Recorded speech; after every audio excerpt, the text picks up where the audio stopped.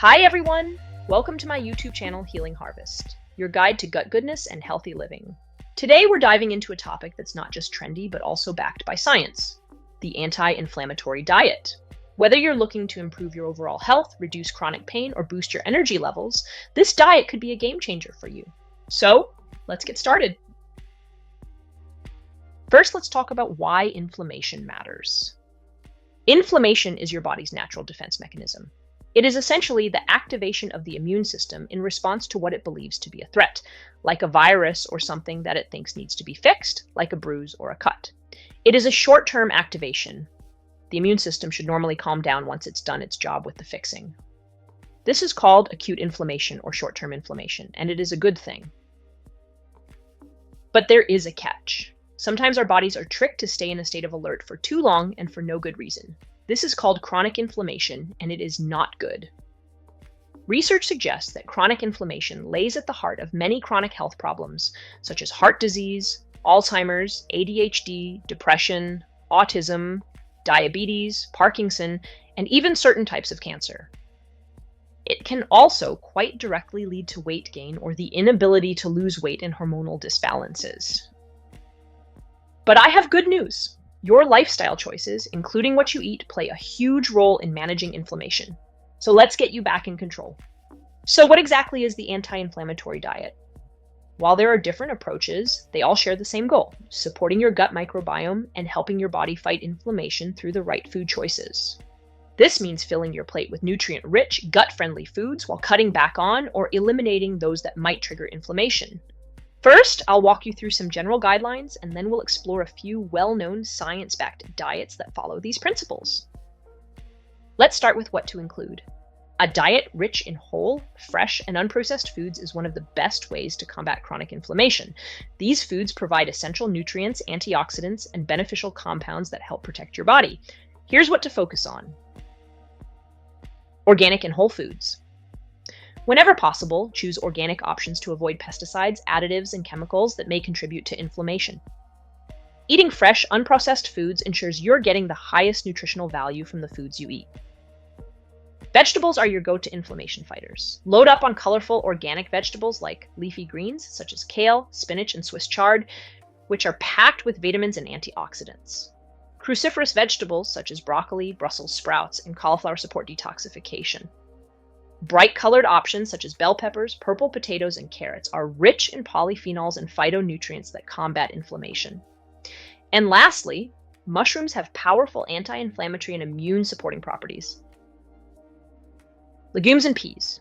These little friends are packed with fiber and plant-based protein. Legumes such as lentils, chickpeas, black beans, and green peas provide fiber and essential nutrients, which support gut health and help regulate blood sugar levels. That brings us to number 4. Fruits. Fruits are packed with antioxidants, vitamins, and polyphenols, but some contain high amounts of sugar, which can spike blood sugar levels and contribute to inflammation. It is therefore best to enjoy in moderation and focus on fruits with lower sugar contents, like berries, blueberries, strawberries, raspberries, which are all rich in anti-inflammatory compounds. Citrus fruits like lemons, oranges, grapefruits, which are loaded with vitamin C. And lastly, apples and pears, which have great fiber content for gut health. Also extremely important to include in your diet are healthy fats. They are absolutely essential for reducing inflammation. Incorporate anti-inflammatory fats, such as extra virgin olive oil, which is packed with heart-healthy polyphenols, avocados, which are full of monounsaturated fats, well, this is the good kind of fats, and fiber. Nuts and seeds like almonds, walnuts, chia seeds. Flax seeds are a great source of omega-3s, and last but definitely not least, fatty fish like wild salmon, sardines, and mackerel are loaded with powerful omega-3 fatty acids. Next, we have whole grains. Unlike processed grains, whole grains are packed with fiber, and they will help maintain stable blood sugar levels. You do, however, need to be careful to avoid refined carbs. Good choices include quinoa, which is high in protein and fiber, brown rice, which is a nutrient-dense alternative to white rice, buckwheat, which offers even more fibers, vitamins, and minerals than brown rice, and lastly, oats, which are rich in beta-glucan, a type of fiber that supports gut health. Depending on your own personal situation, some of these foods may need to be excluded from your diet, but we will dive into this in more detail in the next section of this video. Let's continue with some foods that are good to include. Number 7 on the list are high-quality protein sources. These can be so good for you, though you do need to choose wisely. If you eat animal protein, opt for the cleanest sources possible, like wild-caught fish, which is the best source of protein and omega-3s. Organic pasture-raised poultry and eggs, which is free from added hormones and antibiotics. And grass-fed beef, which is also free from added hormones and antibiotics and contains more beneficial fatty acids than conventionally raised beef. Fermented foods are next. They are well known to provide beneficial probiotics to support your gut health, which is key to controlling inflammation. Make sure to eat at least a daily portion of fermented foods. My personal favorites are sauerkraut and kimchi, kefir, miso, and tempeh. If you're unsure how to incorporate these in your daily food intake, stay tuned for my video dedicated to fermented foods. Last on the list of foods to include are spices and herbs. These are natural inflammation fighters. Certain spices are loaded with anti-inflammatory properties and should be a staple in your diet.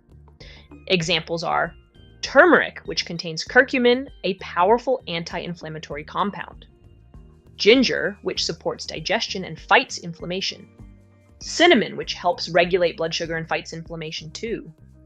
Garlic, which is packed with immune-boosting and anti-inflammatory properties. By focusing on incorporating these 9 whole nutrient-dense food types in your diet, you'll give your body the best foundation to reduce inflammation naturally and support overall health. Now, let's go over the foods that can fuel inflammation and negatively affect your health. Cutting back on these can make a big difference in reducing chronic inflammation.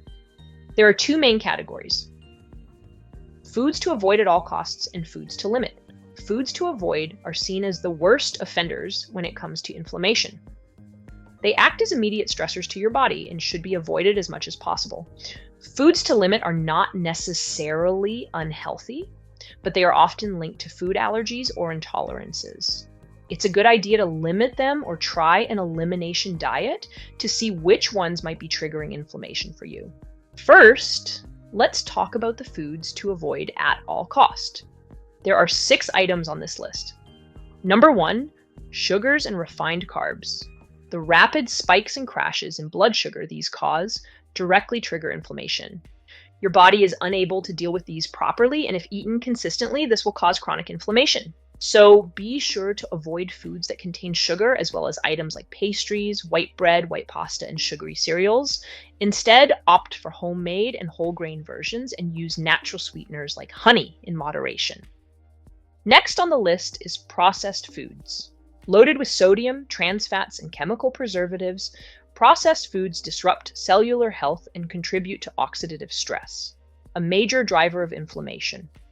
Examples of processed foods to avoid are ready-to-eat meals like frozen pizza and instant noodles, baked goods, especially the ones with a long shelf life, vegan meats, off-the-shelf salad dressings. I strongly advise you to always check the food labels for anything that is not a whole food. If the ingredient list is long or includes items you have never heard of, then it is probably processed, and it's best to steer clear. So whenever possible, stick to fresh whole foods. Also very important to avoid are processed meats. Not only do these contain very high levels of saturated fats, they often also contain insane high levels of nitrates and preservatives that can exacerbate inflammation. I am referring to items like hot dogs, bacon, and deli meats, or cold cuts like ham, turkey, salami, and bologna. Also, most cured meats belong to this category. Swap them for lean proteins like organic chicken, wild-caught fish, pasture-raised beef, or plant-based sources like tofu and lentils. Fried foods and trans fats are equally important to avoid. Trans fats, or trans-unsaturated fatty acids, are the worst for your health. Not only do even small amounts trigger inflammation, they are also directly linked to cholesterol problems and heart disease. They also interfere with insulin function, leading to higher blood sugar. Frying is not only bad because this usually happens in partly hydrogenated oils, which are considered to be trans fats, The high temperatures used with frying are also bad for you in itself. They create harmful compounds called advanced glycation end products, AGs, which damage proteins in the body and trigger inflammation. So be sure to avoid the following: deep fried fast food such as French fries, fried chicken, mozzarella sticks, packaged baked goods like donuts, pastries, and cakes, margarine and shortening. Some brands still contain trans fats from hydrogenated oils. They are often used in commercial baking and fried foods. Frozen and processed foods like frozen pizza and chicken nuggets, in which hidden trans fats are used to preserve texture. So how should we heat our food, you wonder? Well, instead of frying, you can choose grilled, baked, or steamed foods using olive oil, coconut oil, or even grass-fed butter. Many additives and artificial sweeteners are known to disrupt your gut health by killing beneficial bacteria, which play a key role in regulating inflammation. Opt for natural, minimally processed alternatives such as honey or maple syrup, but always use in moderation. Many additives can also easily be replaced by more natural versions depending on the purpose. Examples are using mashed avocado, banana, chia seeds, and certain types of starch as food thickeners, so you could ditch the CMC, or using natural yeast or miso paste to replace MSG, which is used as flavor enhancer in many fast foods. Last, but definitely not least, too much alcohol overworks the liver, an organ that is essential for detoxifying the body.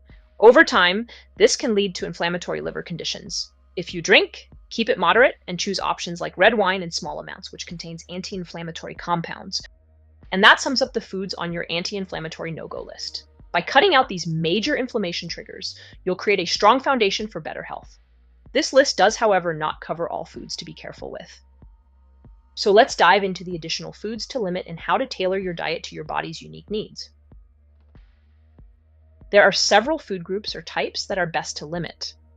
The difference between these food groups and the food groups on the list to avoid is that the foods to avoid are seen as problematic for everyone, always. The foods to limit, on the other hand, are commonly linked to inflammation. However, they do not affect everyone in the same way. Inflammatory responses to these foods vary greatly from person to person, depending on several factors, including the diversity of your gut microbiome, which determines how well you digest certain foods, the sensitivity of your immune system, your genetic makeup, and the overall condition of your gut lining. So diving into the foods to limit, it is important to remember that for some, these foods may be completely harmless or even beneficial, while others may experience inflammation from even small amounts. The most common culprits in this category include gluten and dairy. As these are the most common amongst food intolerances and food allergies, these two are usually where to look first as part of the anti-inflammatory diet. Next on the list are eggs and soy. These are slightly less but still quite common triggers for the immune system, as are rice, corn, nightshade vegetables such as tomatoes, potatoes, eggplant, and peppers, as well as certain types of nuts and seeds, such as peanuts, walnuts, cashew nuts, almonds, and sunflower seeds. Now, you don't have to cut these foods out altogether forever. The idea is to figure out which of these foods impact you negatively, and then subsequently limit or stop your intake of them. This brings us to a popular strategy for tackling chronic inflammation, the elimination diet. Here's how it works. The elimination diet helps you understand which foods are triggering inflammation in your body, then helps reduce the inflammation and heal your gut to a point that maybe you can actually eat these foods that were initially problematic in moderation. It starts with the identification of which foods to eliminate. You can follow different strategies to identify which foods are best to eliminate first. You can base the subset on allergy or intolerance tests and eliminate all foods that were flagged as potentially problematic. You could also start with a small subset based on your own experience with your body's responses when eating these foods. If you know you are always bloated or have stomach issues after eating pasta, for example, you are likely best served by eliminating gluten. The last strategy is to prioritize the elimination based on likelihood. It is, for example, known that both gluten and dairy are the most common food intolerances in the world. For most people, merely eliminating these two from the diet, in combination with efficient management of blood sugar levels, is usually already sufficient to substantially reduce inflammation. Once you have identified which foods to eliminate, you will need to prepare for the actual elimination of them. My suggestion is to make sure you collect sufficient recipes and start meal planning and grocery shopping before you begin, to make the transition easier. Then you start eliminating the identified foods for a period of 30 to 90 days. You should start to feel much better after about 2 to 3 weeks, as this is when your gut starts to heal. Keep going until at least 30 days to provide your gut microbiome with sufficient time to heal completely. If you are not noticing a difference after 30 days, you should consider eliminating additional or other food groups. If you did feel better after 30 days, but you still feel like you are progressing to even better health, then keep going even longer. After a maximum of 90 days, it is wise to start the next phase. Reintroduction. Now, you start to slowly reintroducing the foods one by one with at least a 2-week interval. If you start feeling symptoms after reintroducing a particular food, it could be a sign that you still have an intolerance or allergy for this food, and that it is triggering an immune response or contributing to inflammation in your body.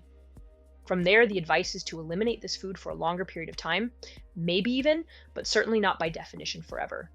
Once the food is eliminated again, wait another week or two to allow your body to calm down again before you start to reintroduce the next. If you are curious to know exactly how the elimination diet works and how to get started, stay tuned because I'll be diving into all the details in a brand new video on my channel. In addition to the elimination diet, there are several other well-known dietary approaches that can help reduce inflammation. Number 1, the Mediterranean diet. Famous for its focus on whole grains, fresh produce, healthy fats like olive oil, and lean proteins such as fish, the Mediterranean diet has long been praised for its anti-inflammatory benefits. The second is the DASH diet. Originally designed to fight hypertension, the DASH diet emphasizes fruits, vegetables, whole grains, and low-fat dairy, making it a great choice for reducing inflammation. Another well-known option is the paleo diet. This diet aims to promote health by mimicking the diet of hunter-gatherer ancestors before the advent of agriculture. It focuses on whole, unprocessed foods while cutting out grains, legumes, and dairy, which are foods that are often associated with inflammation in some individuals. Last but not least are plant-based diets. Whether you're vegetarian, vegan, or flexitarian, plant-based diets eliminate many of the inflammatory triggers found in animal products, offering a powerful way to reduce inflammation. Each of these diets offers unique benefits and can be tailored to fit your lifestyle while helping combat chronic inflammation. Last but not least, there are some other key factors to consider when embarking on an anti-inflammatory journey. While adjusting your food is one of the most powerful tools, there are several important considerations beyond the food you eat. Make sure to manage your stress levels effectively, as cortisol is a major cause for inflammation. Equally important for maintaining healthy cortisol levels is the prioritization of sufficient rest and sleep. Being active, on the other hand, is also very important for a healthy lifestyle and the combat against inflammation. Two important strategies are the effective management of your blood sugar levels and blood fat levels, as having these levels too high too often directly leads to unnecessary inflammation. It is also important to stay hydrated, as drinking sufficient water is essential for flushing out toxins that contribute to inflammation. Last, but definitely not least, a very powerful strategy in your fight against chronic inflammation, as well as improving your gut microbiome and balancing your hormones, is intermittent fasting. Intermittent fasting can support inflammation control as it allows your body time to calm down. Incorporating these practices along with choosing anti-inflammatory foods can help you create a well-rounded approach to reducing chronic inflammation and improving your overall health. Good luck on your health journey. Please like this video if you found it useful and let me know in the comments what you would like to know more about in the future.